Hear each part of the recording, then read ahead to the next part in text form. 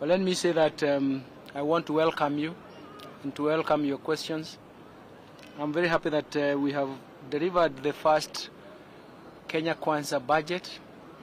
It's also the first budget that is coming under bottom-up economic transformation agenda, which is quite important for us as a bottom-up economic transformation agenda. And I would like to emphasize to you what is it, what are the highlights that we anticipate that we are coming in forming this budget. And one of them is, what are the policy priorities of the bottom-up economic transformation agenda? Of course, that is also informed by the kind of economic challenges that we have come from in the last 8 months or so. And that economic context is very, very important because it is the one that has driven the economic recovery agenda. The bottom-up economic transformation agenda, part of that is actually economic recovery program. And the second part of it is to say, how do we resuscitate and correct the structural effects that have come from sustained multiple shocks? The third dimension for this is actually to look at the policy and legal institutional reforms that will underpin and support bottom-up economic transformation agenda. We have highlighted most of those, and that for me is very, very important. But of course, you cannot have all those policies and proposals and propositions in one budget. It means it's a continuing space that we have to look at. We have to look at that continuing space. We start off with the recovery. What measures do we need now for the economic recovery? The second thing is, how do we need to ignite institutional reforms that will sustain that recovery? And then the third one is, how do we create that momentum? More importantly, those are legal and institutional reforms that will be required. But more importantly, we have also looked at the legal framework, the fiscal framework that should support better. On one side, we have constraints in terms of financing, but on the other hand, we also have borrowing constraints. So in a sense, we're asking ourselves, how do we optimize the better priorities, even given those constraints? That's why you found that we are very, very, we touched briefly on revenue-raising measures, but also made sure that we rationalize even the tax proposals that we put in. And the other one is actually resource allocation. That's a very, very important. The most important thing that will come back to us all the time is that we focused on sectors that have the largest impact. It means that once we have that large impact that creates the initial recovery and then creates momentum, then we can now go to other sectors that we did not prioritize even though we supported them. That's one aspect you should remember, so that you don't say, why did you focus on 5 sectors? What about the others? The first thing is that you want economic recovery. The second stage, you want that recovery to be sustained. So that is where you'll need other sectors plus institutional and policy and institutional reforms. That will be very, very critical. And of course, after that, we want now to say, how else can we do better in terms of that?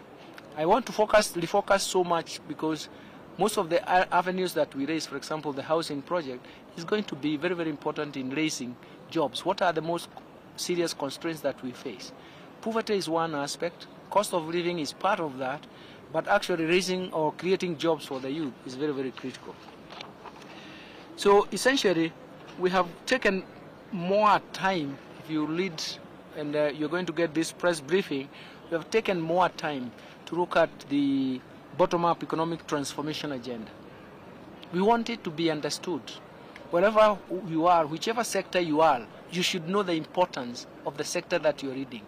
We want to showcase why we are emphasizing on those sectors and why we are emphasizing on bottom-up economic transformation agenda is because it's very critical for us. That's why we have gone from human capital to jobs creation and to poverty reduction. And the third aspect of it is that climate change is going to be very, very important for us. How do we take advantage of climate change and taking advantage of climate finance, for example? How do we resuscitate our food sector, because I think the devastating consequences of food security and climate change was actually devastating. It's something that we can write a lot of stories about that, but we know that we need to deal with that. And after that, we have gone into specific. For example, agricultural transformation for inclusive growth is very, very important. Transformation of MSMEs, micro and small enterprises, to support the economy. That sector is very, very important. It houses most of the people. It can create jobs. And for us, that becomes extremely important in all the aspects that we do, in all the areas that we cover. You'll find startups in IT, those are still in MSMEs. You'll find them in agricultural sector, those are still MSME. Housing and settlement, again, we have argued the strong impact in terms of pulling the economy with you, and all those enhanced digital superhighway. Let me talk about why are we emphasizing value chain. Value chain for us is very, very important. We want to make sure along the value chain you can see the end product. You can see the end product, and then in the process, you want to go back to the value chain and see whether you have funded all the stages of that value chain. There should be no gaps in terms of resource allocation. There should be no duplication, so that somehow, somewhere, nothing happened because you are waiting for another institution to take up. So that is very, very critical. So in the end, what are we really trying to say? We are actually trying to support the markets, both the markets of the intermediate products and the market of the final product. The moment you support markets, then you know that you can ignite production and productivity. When you support markets, what you see downstream is increased production and productivity, because it is in the marketplace that we see economic land being shared and distributed. So for us, that is very, very important. So when you look at the markets, then it means that you are going to produce what the markets want, and you can sell.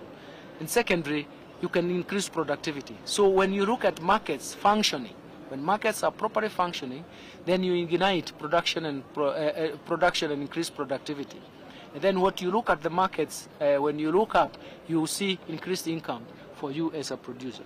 So that's why we kept on emphasizing so many of those sectors, because at the end of those sectors and even their performance is actually very, very important to see the functioning of markets.